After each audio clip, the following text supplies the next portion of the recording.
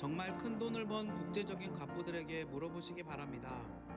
그들은 결코 돈을 쫓아다니지 않습니다. 돈이 그들을 쫓아다닙니다. 다시 말해서 돈을 벌려고 전전긍긍 잡으란석이 아니라 돈이 움직이는 방향과 길목을 지키고 앉았다가 흐름을 확 낚아챕니다.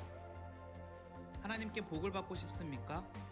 하나님의 복을 구하려고 동분서주 뛰어다닐 필요가 없습니다. 울고불고 매달릴 필요가 없습니다. 좋아하는 반찬에 젓가락이 더 가듯이 하나님의 젓가락질을 받을 마음자리와 정갈한 행위로 그분의 복을 기다려야 합니다. 이런 복은 나가라고 쫓아도 당신을 따라옵니다. 이 일에 대하여 이 책의 저자는 다음과 같은 일화와 주장을 들려줍니다. 대신방 때 점심을 담당하기로 한 어느 집사님이 내 아내에게 전화를 걸어 내가 좋아하는 음식이 무엇인가를 물으신 적이 있다. 이왕이면 목사인 내가 좋아하는 것으로 대접하고 싶어서였다. 그러나 아내는 그 질문에 대답해주지 않았다. 그냥 뭐든지 다 좋아하고 잘 드신다고만 대답했다고 한다. 왜냐하면 남편이 무엇을 좋아한다고 이야기하면 평생 그것만 먹게 될 가능성이 높기 때문이다. 목사는 그래서 뭘 좋아한다는 소리를 함부로 하면 안 된다. 실제로 어느 목사님은 가난한 교인 가정에서 칼국수 대접을 받으면서 칼국수를 좋아한다고 이야기했다가 그것을 정말로 알아듣는 교인들이 가는 집마다 칼국수를 대접하여 곤혹을 치른 일도 있었다. 그 집사님은 그냥 자신의 생각대로 음식을 장만하는 수밖에 없었다. 그러다 그와 같은 정성 때문이었는지 입에 맞는 음식이 있어서 식사를 아주 맛있게 할 수 있었다. 그런데 참으로 재미있는 일이 일어났다. 다음날 다른 구역 신방을 하는 중에 점심 대접을 받게 되었는데 어제 아주 맛있게 먹은 음식이 거기에서도 나온 것이다. 어떻게 똑같은 음식이 나오냐고 묻자 그날 점심을 준비한 집사님이 이렇게 대답하는 것이었다. 사모님에게 전화를 해서 물으니 안 가르쳐 줍디다. 그래서 어제 점심을 대접한 집사님 댁에 전화를 걸어서 물었죠. 목사님 젓가락이 어디로 많이 가더냐고요.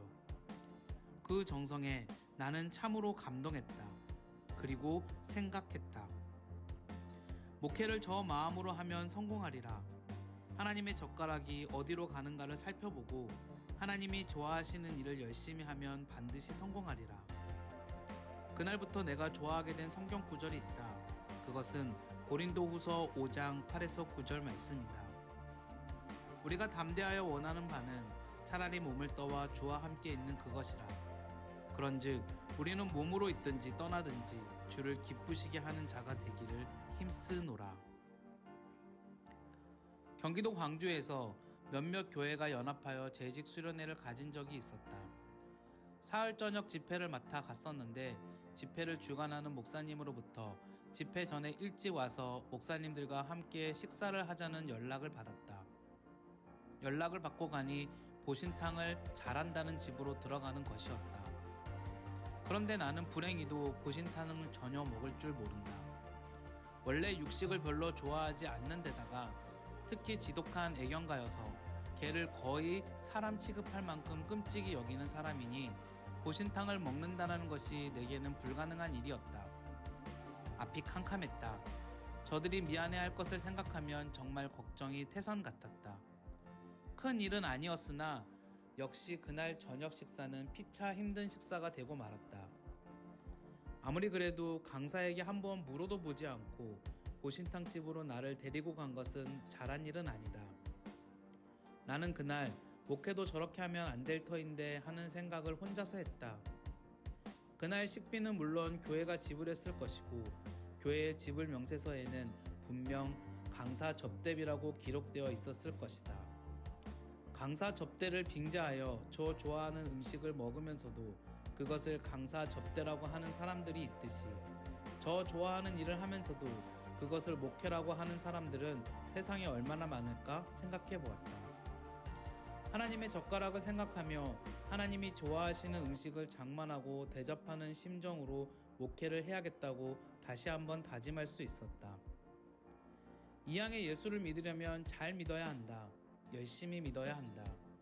그래야만 예수 믿는 맛도 알게 되고 예수를 믿는 자에게 주시는 하나님의 축복이 무엇인지도 알게 된다. 평생을 성전 뜰만 밟고 다니거나 제 딴에는 열심히 교회 생활을 한다고 하여도 밤낮 저 좋은 일만 생각하고 예수를 믿으면 예수 믿는 진정한 즐거움과 맛은 모르게 되고 말 것이다. 이왕에 믿는 예수 한번 열심히 잘 믿어보자. 그리고 정말 주님을 기쁘시게 해드릴 것이 무엇인가를 시험해보고 그것을 해드리기 위하여 힘쓰는 사람들이 한번 되어보자. 하나님의 젓가락이 어디에 많이 가는지를 살펴보고 하나님이 좋아하시는 것을 장만하여 대접하는 심정으로 예수를 믿는 사람들이 되어보자.